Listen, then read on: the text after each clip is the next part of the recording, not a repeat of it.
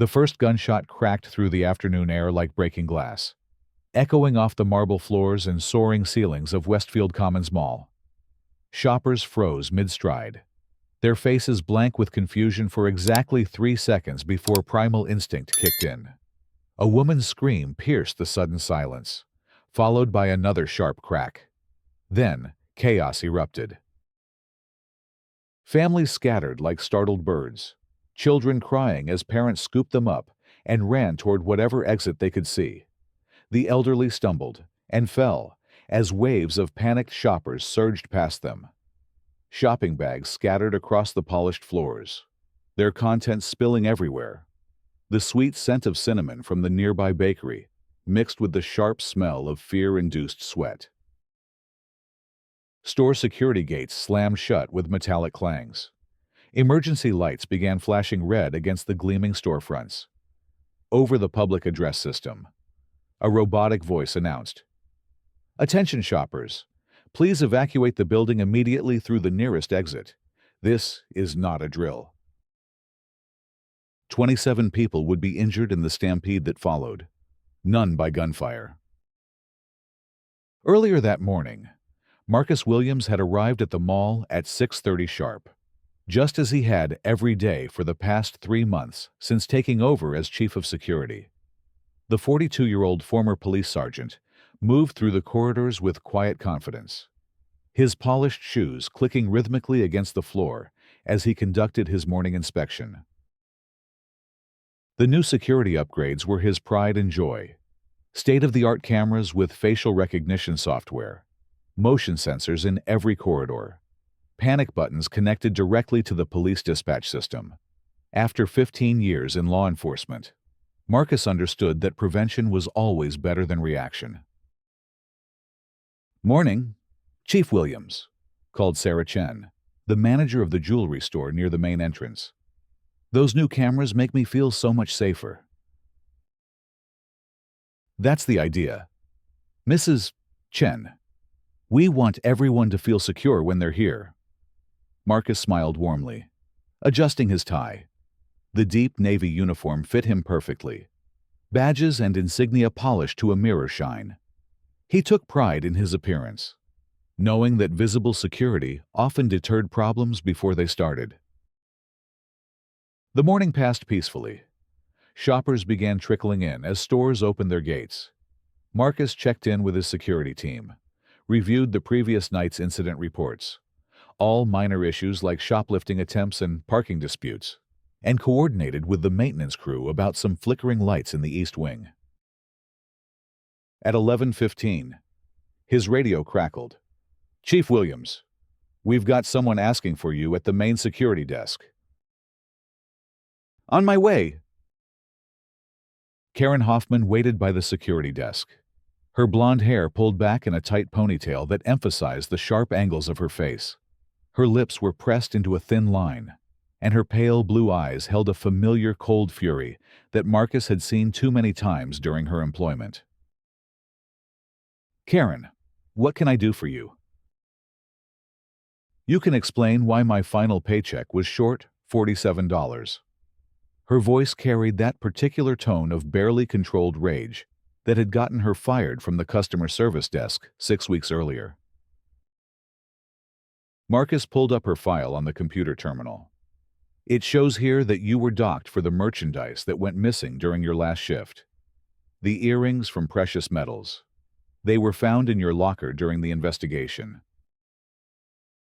"That's ridiculous. I never took anything." Karen's voice rose an octave. Several shoppers nearby turned to look. "You people just needed a scapegoat, and I was convenient." The phrase "you people" hung in the air between them, loaded with implications that made Marcus's jaw tighten slightly. He had heard it before, usually preceded by suspicious looks and followed by demands to speak to someone else, someone who looked more like the speaker. The decision was made by mall management based on security footage and witness statements. "I don't have the authority to change payroll decisions that were made before I started this position." "Of course you don't." Karen's laugh was bitter and sharp. They put you in charge.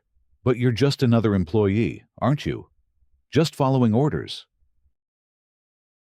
Marcus kept his expression neutral, though his fingers tightened slightly around his radio. Is there anything else I can help you with today, Karen? She stared at him for a long moment, her eyes narrowing. You know what, no. But don't think this is over. She turned sharply on her heel and stalked toward the exit, her sneakers squeaking against the polished floor. Marcus watched her go, a cold feeling settling in his stomach. In his years of police work, he had learned to recognize that particular brand of anger. It wasn't just frustration or disappointment. It was the rage of someone who felt fundamentally wronged by the world, looking for someone to blame and punish. The lunch rush brought crowds of office workers and families. The food court buzzed with conversation and laughter. Children pressed their faces against the toy store windows, while parents debated purchases. Teenagers clustered around the arcade, their voices rising and falling in animated discussions about games and gossip. Marcus made his rounds, stopping to chat with store managers and customers alike. Mrs. Patterson, who ran the bookstore, complimented the new security measures. A young mother thanked him for helping her find her lost toddler the previous week. These moments reminded him why he had taken the job after leaving the police force. Here, he could focus on protection and service without the darker aspects of law enforcement that had eventually worn him down. At 2:47 p.m., the Riverside Police Department received a frantic 911 call. 911, what's your emergency? There's a shooting at Westfield Commons Mall. The female voice was breathless, panicked. I heard gunshots. People are running everywhere. Oh my God, I think someone's been shot. Ma'am, can you tell me your location within the mall? I'm hiding in the bathroom by the food court. I heard at least 5 shots. Maybe more. The security guard. The black guy who's in charge. I saw him with a gun. He was shouting at people. Ma'am, I need you to stay where you are. Officers are en route. Can you describe what you saw exactly? The security chief, Marcus. Something. He was arguing with shoppers, and then I heard the shots. People are screaming and running. There's blood on the floor. The call lasted 4 minutes and 37 seconds. By the time it ended, every available police unit in Riverside was racing toward the mall. Sirens wailing. The SWAT team was activated. The county emergency response team was notified. Local hospitals went on high alert. Marcus was reviewing inventory reports in his office when the first police cruiser screamed into the parking lot. Then another. And another. Through his window, he watched officers in tactical gear pouring out of vehicles, weapons drawn. His radio exploded with chatter. All security personnel, report to your stations immediately. Police are surrounding the building. Unknown threat situation. Marcus grabbed his keys and radio, his heart hammering as he rushed toward the main security desk. Whatever was happening, his first priority was the safety of everyone in the building. He had protocols for this kind of situation, procedures drilled into him during his police training and refined during his time as security chief. The mall's PA system crackled to life with his voice. Attention shoppers and staff. Please proceed calmly to the nearest exit. This is a precautionary measure. Please remain calm and follow the instructions of security personnel. But calm was already impossible. Word had spread through the corridors like wildfire. Someone had a gun. There was a shooter. People were dead. The rumors grew more terrifying with each repetition, fear feeding on itself until panic took hold. The first gunshot came from the West Wing, near the electronics store. A sharp crack that echoed off the walls and sent shoppers diving for cover behind displays and benches. Parents clutched their children, Store employees locked their gates, and the careful order of the afternoon disintegrated into chaos. Marcus ran toward the sound, speaking rapidly into his radio. "All units, I need eyes on the west wing. Possible shots fired. Evacuate shoppers through exits 2, 4, and 6. Keep 3 and 5 clear for emergency personnel." A second shot rang out, then a third. Each crack sent fresh waves of panic through the crowds. An elderly man fell as people rushed past him, clutching his chest. A pregnant woman was shoved against a storefront, crying out as she slid to the ground. Children were separated from parents in the chaos, their terrified screams adding to the cacophony. Marcus reached the West Wing to find it nearly empty, except for scattered personal belongings and a few people cowering behind pillars. No bodies, no blood, no visible shooter. His trained eye swept the area methodically, looking for threats, evidence, anything that could explain what was happening. "Chief Williams, this is Lieutenant Rodriguez, Riverside PD. We need you to exit the building immediately with your hands visible." The voice came through his radio, tense and authoritative. "Lieutenant, this is Marcus Williams. I'm the security chief. I'm trying to locate the source of the gunshots and ensure all civilians are evacuated safely." "Sir, we have reports that you are the shooter. Exit the building now with your hands up." The words hit Marcus like a physical blow. His legs nearly gave out as the implications sank in. Someone had accused him of being the shooter. Him, the man responsible for protecting everyone in this building. "Lieutenant, there's been a mistake. I am not armed except for my authorized security equipment. I've been trying to coordinate the evacuation." "Sir, exit through the main entrance immediately. Keep your hands visible at all times." Marcus looked around the empty corridor, his mind racing. Every instinct told him to stay and continue helping with the evacuation. But he also knew that if the police believed he was the threat, his presence would only make things worse. With heavy steps, he began walking toward the main entrance, his hands raised and visible. The mall's automatic doors opened to reveal a scene from a nightmare. Police cars surrounded the building, their red and blue lights painting the parking lot in harsh, strobing colors. Officers crouched behind their vehicles, weapons trained on the entrance. News vans were already arriving, reporters and camera crews setting up just beyond the police perimeter. "That's him," someone shouted from behind the police line. "That's the security guard I saw with the gun." Marcus raised his hands higher, his mouth dry with fear and confusion. "I am Chief of Security, Marcus Williams. I am unarmed and cooperating fully." 4 officers approached him with weapons drawn, their faces grim with tension. "Turn around slowly. Place your hands behind your back." The handcuffs clicked into place with cold finality. As he was led to a police car, Marcus caught sight of a familiar figure standing behind the emergency tape. Karen Hoffman watched the scene unfold with an expression that was almost satisfied. When their eyes met across the chaos, she turned away quickly and disappeared into the crowd of onlookers. Inside the mall, the evacuation continued in waves of panic. Shoppers who had been enjoying a peaceful afternoon found themselves crawling under tables, hiding in storage rooms, and climbing over barriers to reach safety. The injured piled up at the exits, twisted ankles from falls, cuts from broken glass, bruises from being trampled in the rush. Store managers tried to maintain order as they shepherded customers to safety. But fear made people irrational.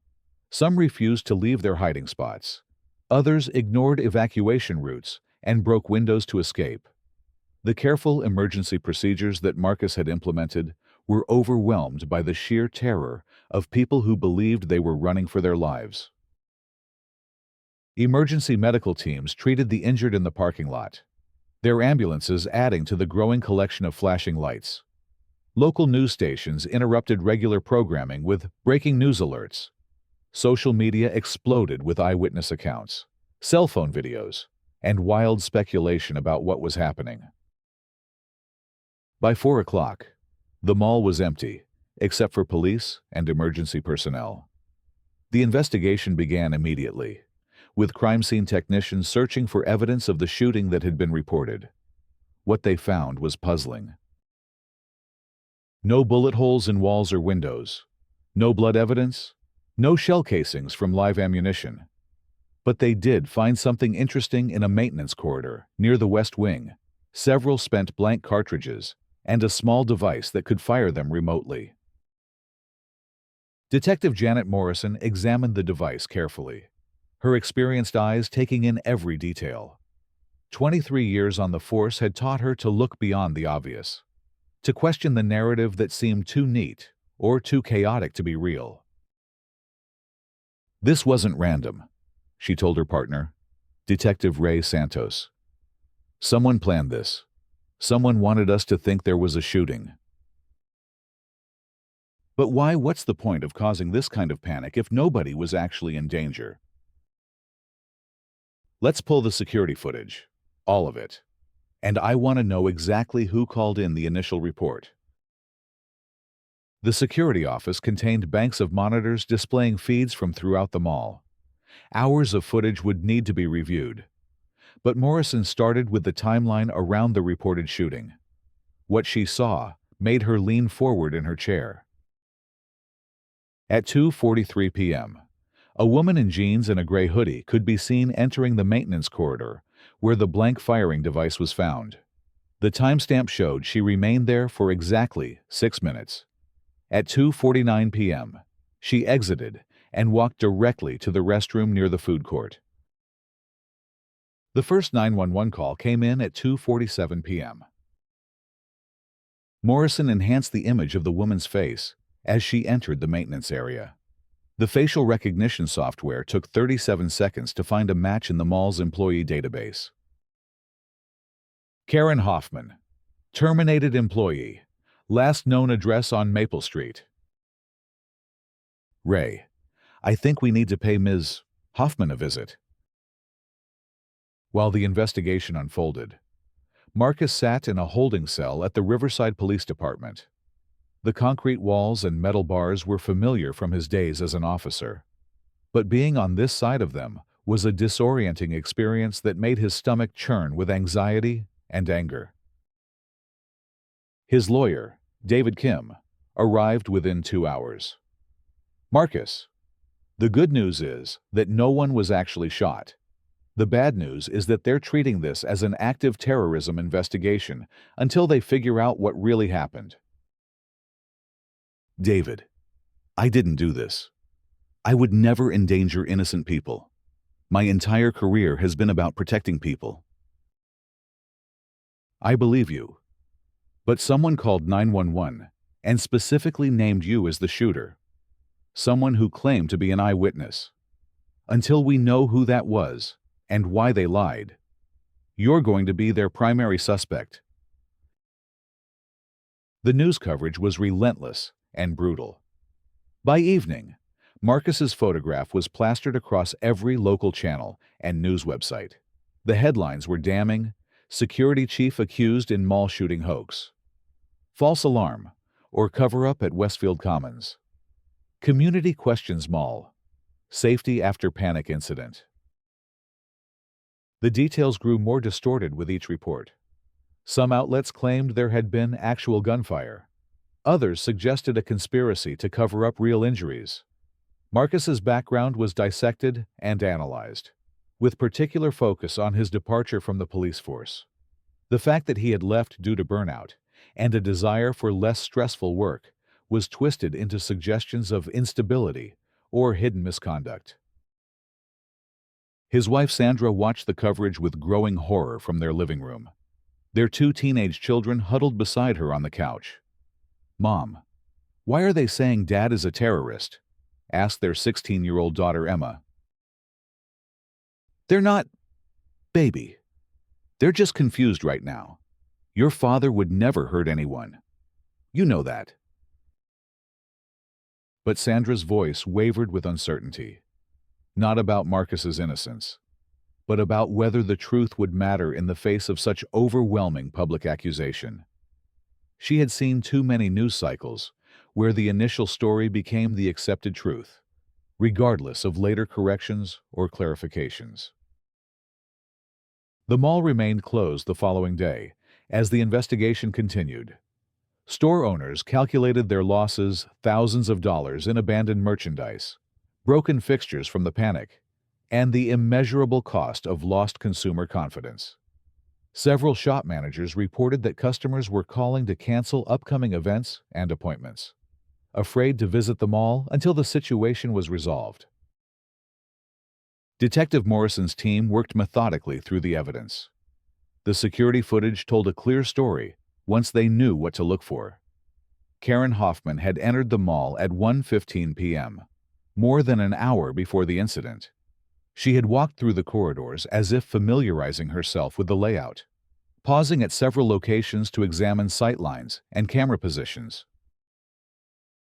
The device found in the maintenance corridor was commercially available, designed for theatrical productions and training exercises. It could be triggered remotely and would produce realistic gunshot sounds without any actual projectiles. Purchase records showed that an identical device had been bought online 6 weeks earlier using a credit card registered to Karen Hoffman. "We have her on video setting it up," Morrison told the district attorney. "We have her credit card records for the purchase. We have the 911 call where she specifically accused Marcus Williams of being the shooter. This isn't a difficult case to make." The arrest warrant was issued at 9:30 a.m. on Thursday. Karen was taken into custody at her apartment, where officers also found handwritten notes detailing the mall's security procedures, staff schedules, and what appeared to be a floor plan with evacuation routes marked in red ink. During her initial interrogation, Karen maintained her innocence with the same cold fury she had displayed during her confrontation with Marcus. "I reported what I saw. If the police overreacted, that's not my fault." "Ms. Hoffman, we have you on video placing the device that created the gunshot sounds." "That's impossible. I was never in any maintenance area." Detective Morrison slid a printed screenshot across the table. The image showed Karen clearly visible as she entered the corridor with a small bag in her hand. "This is from the mall's security system. The timestamp matches the purchase record for the device we found." For the first time, Karen's confident demeanor cracked slightly. Her eyes darted between the photograph and Morrison's face, calculating her options. "I want a lawyer." The news of Karen's arrest spread quickly, but the damage to Marcus's reputation had already been done. Even as the truth emerged, many people seemed reluctant to abandon their initial assumptions. Social media comments ranged from support to continued suspicion, with some suggesting that Karen was being used as a scapegoat to protect Marcus. The mall's board of directors called an emergency meeting to address the crisis. Attendance was mandatory for all senior staff, including Marcus, who had been released on his own recognizance pending the resolution of the investigation. The conference room was packed with store managers, security personnel, and mall executives. The tension was palpable as people avoided making eye contact with Marcus, uncertain how to process the revelations about Karen's deception.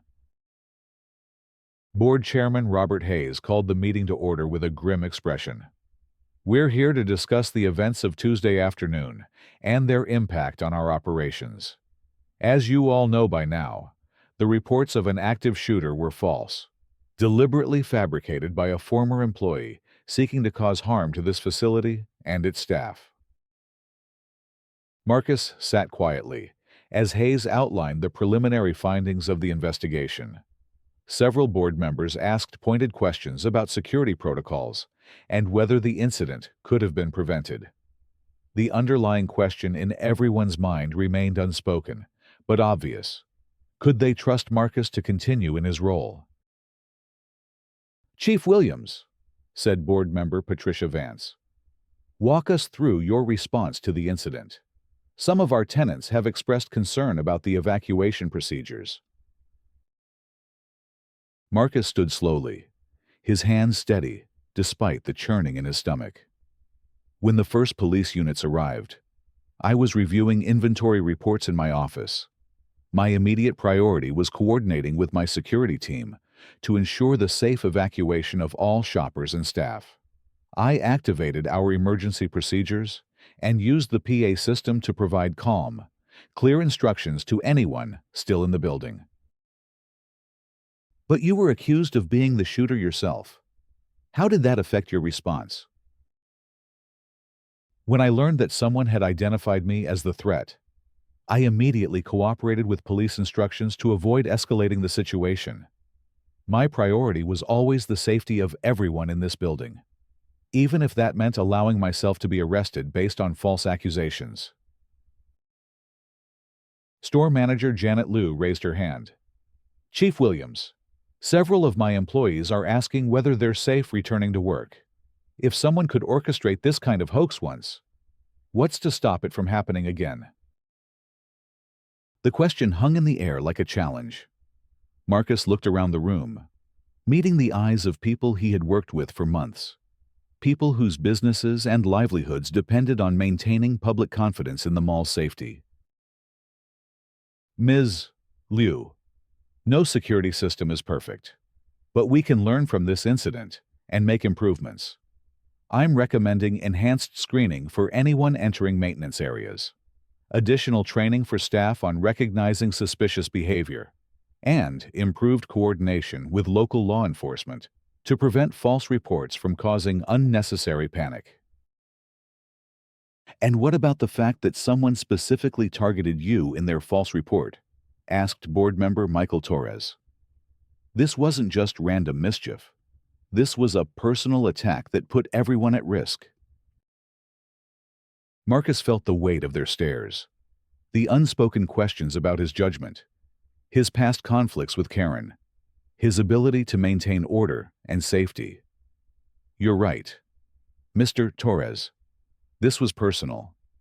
Karen Hoffman held me responsible for her termination and wanted to cause me harm. But her actions endangered innocent people, and that's something I take very seriously. If my presence here makes this facility a target for future attacks, then we need to address that honestly." The room fell silent. The implication was clear. Marcus was offering to resign if the board felt his continued employment posed a risk to the mall and its tenants. Chairman Hayes cleared his throat. "Chief Williams, I think I speak for the entire board when I say that we don't hold you responsible for the criminal actions of a disgruntled former employee. However, we do need to consider the long-term implications for our business and our community relationships." Before anyone could respond, the conference room door opened. Detective Morrison entered, her expression serious but not grim. "Excuse me for interrupting, but I thought you should know that Ms. Hoffman has decided to change her plea. She's confessed to orchestrating the entire incident." The confession provided details that painted an even darker picture of Karen's motivations. She had spent weeks planning the hoax, studying the mall's layout and security procedures. Her goal was not just to frighten shoppers, but specifically to destroy Marcus's career and reputation. During her confession, Karen expressed no remorse for the injuries caused during the evacuation. "I wanted him to feel what it was like to be falsely accused and publicly humiliated," she told investigators. "I wanted him to lose everything, just like I did." The confession also revealed the extent of her racial animosity. They put him in charge just to look politically correct. A real security chief would have been white, would have understood how to deal with people like me instead of treating me like a criminal. Detective Morrison documented every word, recognizing that the case had implications far beyond a simple hoax. This was a hate crime, motivated by racial prejudice and designed to exploit community fears about violence and safety. The local news coverage shifted dramatically once Karen's confession became public. The same outlets that had questioned Marcus's competence and integrity now praised his professionalism under pressure. Editorial writers called for reflection on how quickly the community had been willing to believe the worst about a respected security professional. But the damage to local businesses was already significant. The mall remained closed for a full week, while investigators completed their work and management implemented new security measures. Store owners estimated combined losses in the hundreds of thousands of dollars, not including the long-term impact on consumer confidence. Mayor Elizabeth Chen called for a citywide forum on mall safety and emergency response procedures. The meeting was scheduled for the following Thursday evening at the Municipal Auditorium, with participation from city officials, business leaders, law enforcement, and community members. Marcus was specifically invited to present his recommendations for preventing similar incidents in the future. The invitation felt like both an opportunity for vindication and a final test of his standing in the community. The auditorium was packed when Marcus arrived on Thursday evening. News cameras lined the back wall, their bright lights turning the municipal meeting into a media event. Community members filled every seat, their faces reflecting a mixture of curiosity, concern, and lingering suspicion. Mayor Chen opened the forum with a brief statement about the importance of learning from the recent incident. "We're here tonight to have an honest conversation about public safety, emergency response, and how we can work together to prevent similar incidents in the future." Police Chief Rodriguez presented first, outlining the department's response to the false emergency call and lessons learned about verifying reports before deploying maximum resources. "We have to balance the need to respond quickly to genuine threats with the risk of being manipulated by false reports. It's a difficult balance, but we're working to improve our protocols." Several community members voiced concerns about the economic impact on local businesses and whether shoppers would feel safe returning to the mall. Store owner Janet Liu spoke passionately about the need to rebuild trust. This incident affected every business in that mall, but it also showed how quickly fear can spread through our community. We need to commit to supporting each other and not letting one person's hatred divide us. When Marcus was called to speak, the auditorium fell silent. He walked to the podium with the same steady confidence he had shown throughout the crisis. His uniform crisp and professional, despite everything he had endured. "Thank you, Mayor Chen. I want to start by acknowledging the real victims of Tuesday's incident, the 27 people who were injured during the evacuation, the businesses that suffered losses, and the community members who experienced genuine fear because of one person's deliberate deception." He paused, letting his words settle before continuing. "As security professionals, we train for real emergencies, but we also have to prepare for the possibility that someone will try to weaponize our emergency response systems." Karen Hoffman's actions remind us that hatred and resentment can be just as dangerous as any physical weapon.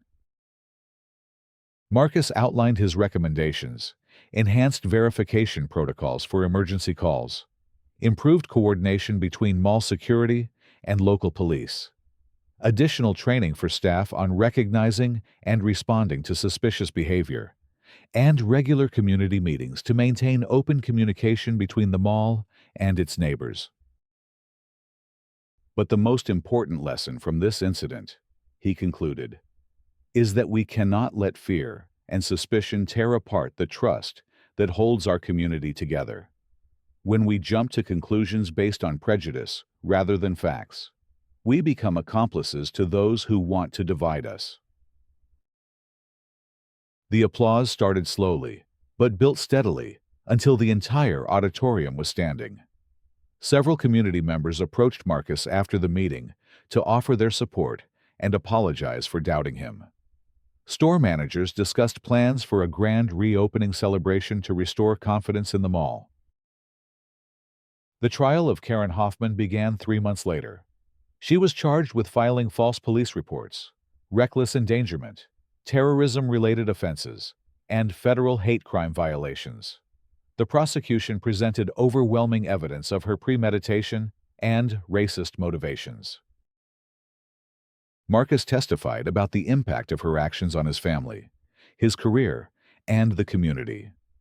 The physical injuries healed relatively quickly, he told the jury, but the damage to trust and community relationships has taken much longer to repair. When someone deliberately exploits our fears and prejudices, they attack the foundation of everything we're trying to build together. Karen's defense attorney attempted to portray her as a troubled individual, acting impulsively, but the evidence of careful planning and deliberate targeting made that narrative impossible to sustain.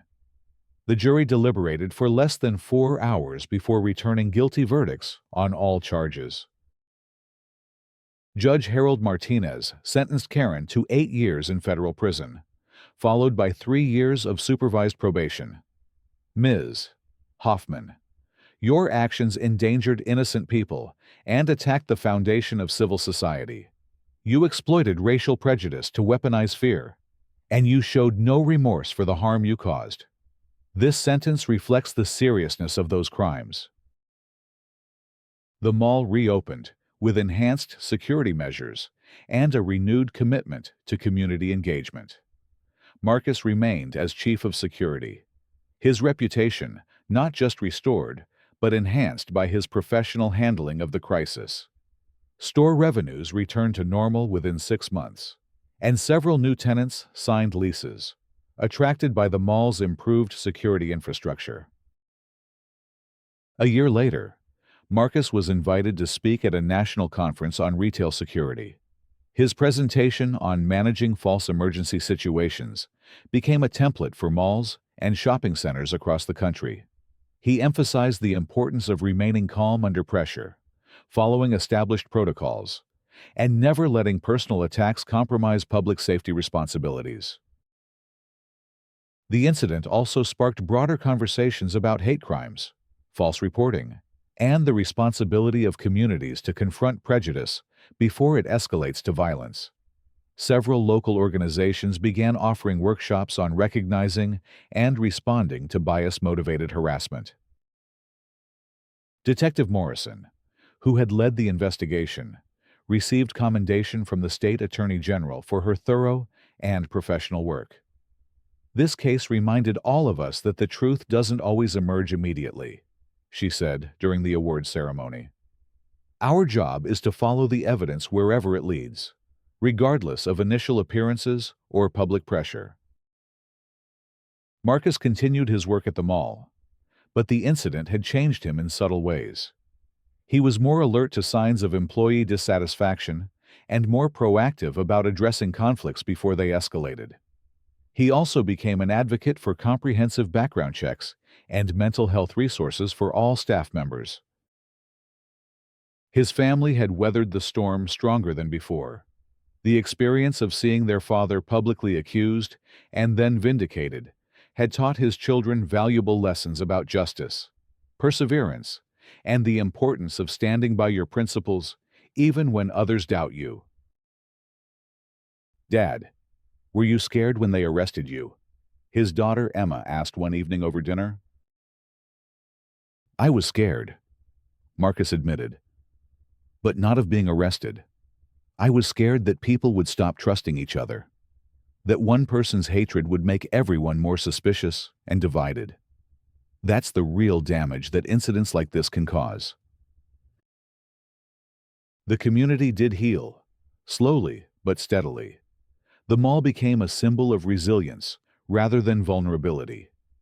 Local leaders pointed to the incident as proof that their emergency response systems worked, that their investigation processes were thorough and fair, and that their community could overcome attempts to divide it. Marcus often reflected on the thin line between order and chaos, between trust and suspicion. Karen's hoax had exploited real fears about violence and safety, but it had also revealed the community's capacity for both prejudice and justice. The same people who had been quick to believe accusations against him had also been willing to apologize and rebuild trust when the truth emerged. 3 years after the incident, Marcus was promoted to Regional Security Director, overseeing safety operations for 12 shopping centers across 3 states. His expertise in crisis management and community relations made him a valuable resource for other facilities facing security challenges. During his farewell reception at Westfield Commons, dozens of store managers, employees, and community members gathered to thank him for his service. Mayor Chen presented him with a key to the city, recognizing his contributions to public safety and community healing. "Chief Williams," she said, "you showed us that true leadership means protecting people even when they doubt you, serving your community even when it's painful, and never letting hatred win by abandoning your principles." Marcus looked out at the faces of people he had served and protected, people who had become friends and allies through shared adversity. The mall bustled with normal activity around them: families shopping, teenagers socializing, elderly couples enjoying their evening walk through the corridors. It was exactly as it should be: safe, welcoming, and peaceful. The panic and fear of that terrible afternoon had been replaced by the comfortable routine of community life. Karen Hoffman's attempt to weaponize hatred and division had ultimately failed, defeated by the persistent human capacity for trust, forgiveness, and growth. As Marcus packed up his office for the final time, he found a folder containing letters from community members written during the weeks following the incident. Some offered support and encouragement. Others contained apologies from people who had initially doubted his innocence. A few shared personal stories about overcoming prejudice and building bridges across racial and cultural divides. One letter, from a teenage employee at the bookstore, particularly moved him: "Chief Williams, watching how you handled everything taught me that doing the right thing isn't always easy or popular, but it's always worth it. Thank you for showing me what real strength looks like." Marcus smiled as he placed the letters in his briefcase. They would remind him, in his new position and future challenges, that every crisis contained the potential for growth and healing. Every community possessed both the capacity for prejudice and the power to overcome it. And every individual had the choice to contribute to division or unity, fear or hope, destruction or healing. The choice, he had learned, was always there, and it always mattered. The mall continued its daily rhythm long after Marcus departed, a testament to the resilience of ordinary people doing ordinary things in extraordinary ways. Shoppers browsed and purchased. Employees served customers with smiles. Children played in the arcade while parents watched with indulgent affection. The sounds were familiar and comforting: conversation and laughter, the soft music of the central fountain, the gentle hum of commerce and community. No one spoke much about the incident anymore. It had become part of the mall's history, a story told occasionally to new employees as an example of how quickly situations could change, and how important it was to remain calm and professional under pressure. But mostly, it was simply part of the past, significant mainly for the lessons it had taught, and the strength it had revealed in people who had never expected to be tested in such a way. The security cameras that Marcus had installed continued their vigilant watch, advanced technology serving the simple human need for safety and peace of mind. New security personnel carried on his protocols and training, understanding that their primary job was not just to prevent problems, but to maintain the atmosphere of trust and welcome that made the mall a gathering place for the community. In the end, Karen Hoffman's attempt to destroy had instead built something stronger. Her weapon of hatred had been defeated by the more powerful forces of truth, justice, and human decency. The community she had tried to divide had grown closer, wiser, and more resilient. And in shopping centers across the country, security professionals trained using protocols developed from lessons learned during those terrible and ultimately triumphant days when one person's evil had been overcome by many people's good.